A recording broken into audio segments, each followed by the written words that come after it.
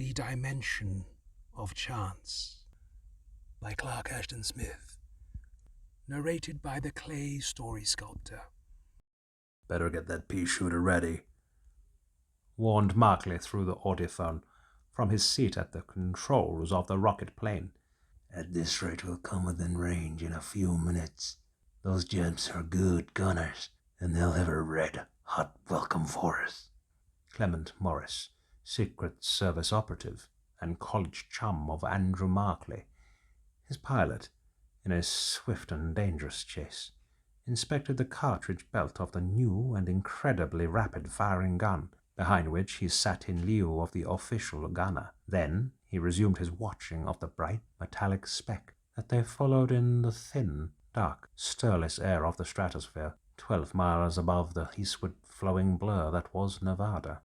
They were beginning to overhaul the Japanese plane that had picked up the fleeing spy Isho Sakamoto near Ogden. Morris had been tracking down this preternaturally clever spy for months, under government orders. Sakamoto was believed to have procured plans of many American fortifications, as well as information regarding projected army movements in the war against the Sino-Japanese Federation that had begun a year ago in 1975.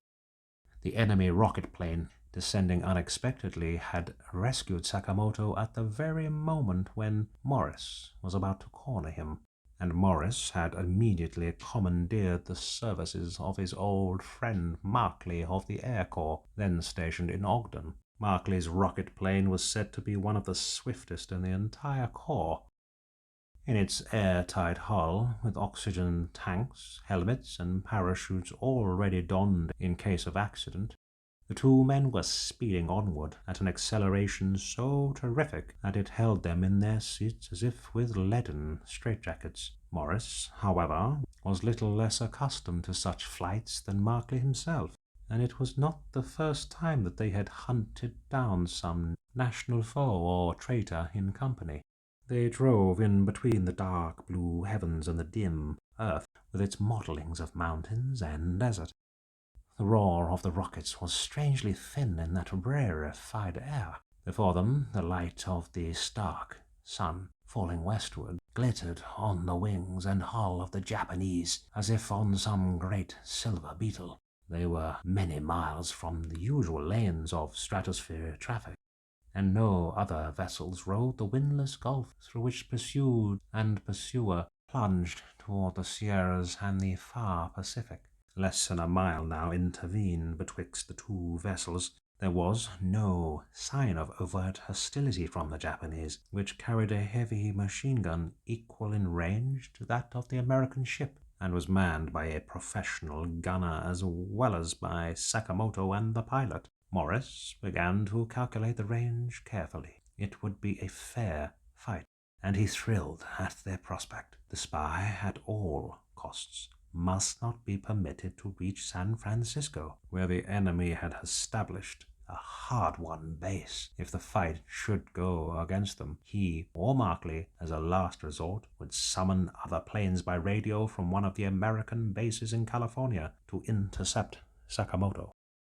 Far off, through the inconceivably clear air on the enormously extended horizon, he could see the faint notching of the Californian mountains. Then, as the planes hurtled on, it seemed to him that a vague, misty blur, such as might appear in sun-dazzled eyes, had suddenly developed in mid-air beyond the Japanese. The blur baffled him, like an atmospheric blind spot, having neither form nor hue nor delimitable outlines, but it seemed to enlarge rapidly, and to blot out the map-like scene beyond in an inexplicable manner. Markley had also perceived the blur.